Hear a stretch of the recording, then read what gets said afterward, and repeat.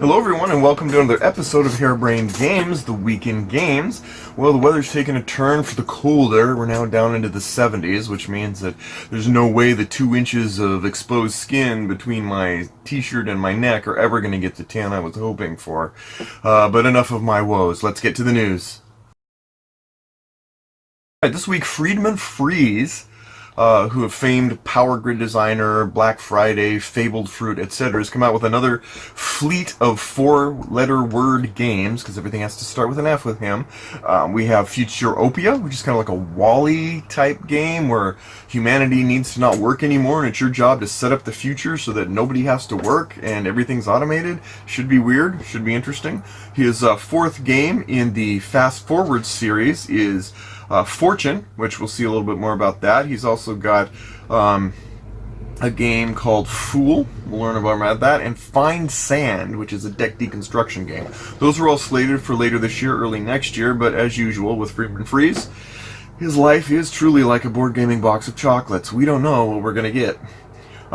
Next, Exodus Proxima Centauri was a 4X game from back, I think, 2012, but has now gotten a digital conversion, which is available on Steam, by the same developers that did Lord of the Rings Confrontation without Lord of the Rings, which, admirable. They pulled it off. It was a well-done endeavor, although I never did manage to extract the fact that I wanted to play Lord of the Rings Confrontation, not generic fantasy Confrontation, but kudos to them. I plan to check it out. Maybe you will too. Scythe, Rise of Fenris, the last of the Scythe expansions, is available. I haven't got my copy yet. I wasn't sure. I'm kind of like on the tail end of the sweep of Scythe as far as interest, but I'm also one of these people where if I tell people, hey, I've got 3 out of 4 of the expansions of this game, then I feel inadequate. Stupid, but that's who I am. So I too will find out about the legacy portion of this new expansion for Scythe. And finally, Ignacy, the famed for First Martians and Robinson Crusoe and Imperial Settlers and 51st State, has come out with Detective, which is a sleuthing game using real-world accoutrements like the web, and in various measures with 5 cases, all of which require some deduction and sleuthing for 1 to 5 players.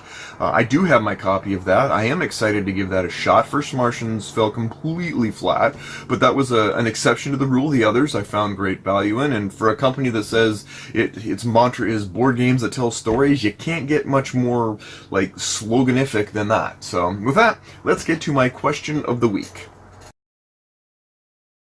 A friend of mine said the other day, when he learned that I was kind of really liking Dragon Castle, the Mahjong kind of game that adds a little twist and flair, he's like, I thought you didn't like abstracts. And he got me thinking, like, yeah, I don't hate them, but what makes this okay when generally abstract games aren't really my thing? Growing up with chess and checkers and, backgammon and all that stuff, whatever. But abstracts are more of a kind of, they strip away to the naked fundamental functionality of a board game and give no pretense that they have any sort of theme or genre. Generally, it seems to me. So maybe that's what it is if you imbue some theme into something, I can still find enjoyment out of it, even if its fundamental level, the plumbing is more abstract than it ought to be. So many conversations have happened over the years across the globe about this. But it did bring us in mind that I'm not necessarily directly against abstracts, or that I'm like, I eschew them. In the same way that I don't hate all party games, even though I'm not a big fan of most of them. But there are some examples of abstracts that I think are themed on enough that I play them and I don't feel compelled to go, oh, it's an abstract, yay. Examples of that are Dragon Castle. I mean, it is Mahjong, in some way and stuff.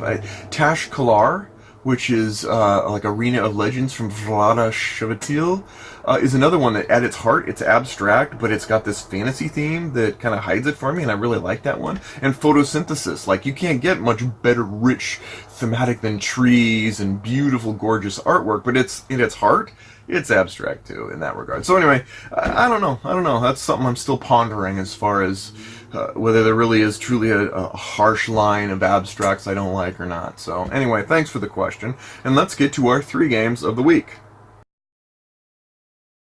Up on SEAL Team Flicks, which was a game I was surprised to be twice as big as I expected it to be, I decided to go, what 3 big games can I talk about? This is still one of my favorite coolest Mansions of Madness. Big box, not the biggest, but a big box.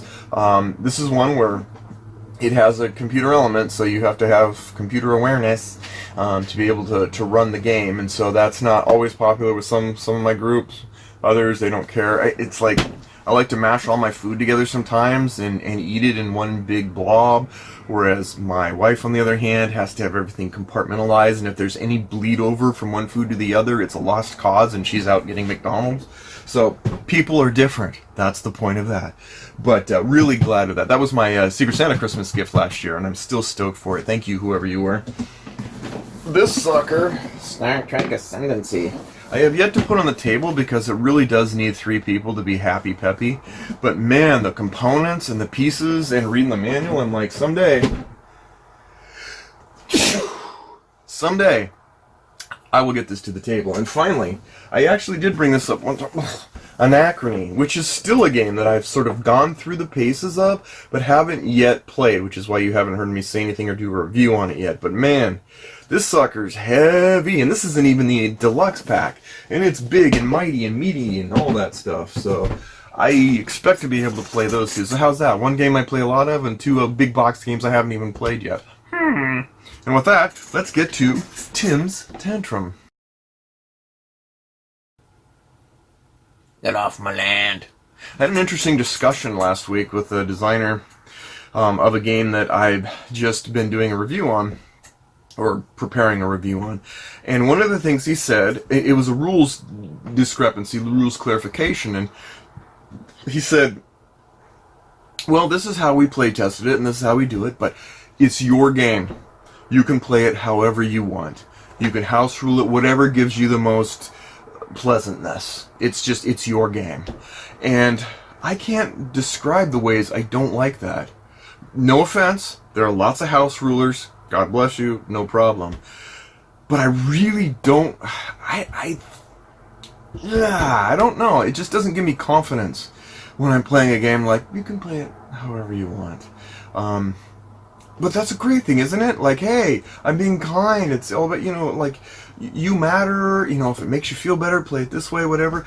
I don't know. There's still something in me that wants direction, like mandated direction about how a game should be played. I mean, it would be like, I go to International Steakhouse of Coolness, and I sit down and I say, I'd like a steak, please. Well done. And so so they bring me out a steak, a Foreman grill, and a bunch of spices because it's my steak, so I can prepare it however I want to. How kind are they?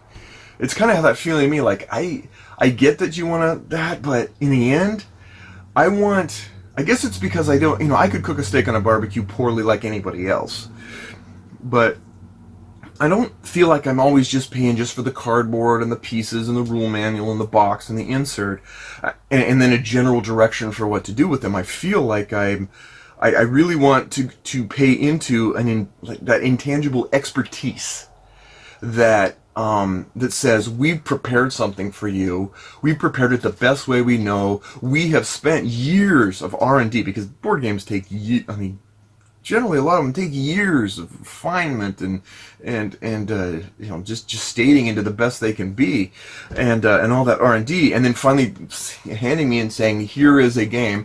These are the rules we think are best to play with it. We have lots and lots of data to support why we think these rules are the way they are. Maybe it's because I'm analytical and at work, like, everything has to be like, we need supporting data. We need